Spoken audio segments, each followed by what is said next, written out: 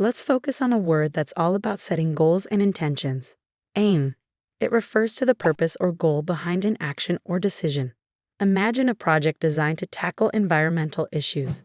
The aim of the project is to reduce pollution, setting a clear objective to improve the health of our planet. Now, think about someone who has always dreamed of helping others through medicine. She aims to become a doctor, showing her dedication and the direction she's working towards in her career. Consider an archer trying to hit a target, but their shot doesn't go as planned. His aim was off, and he missed the target, which can happen when our focus or calculation is slightly incorrect. Lastly, picture a business that's strategizing for the future. The company's aim is to increase profits, indicating its primary goal and its operational plans. Aim is not just about the end goal.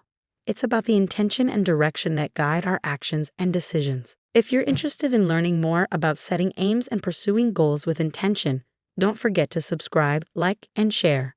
Together, let's aim for success and personal growth.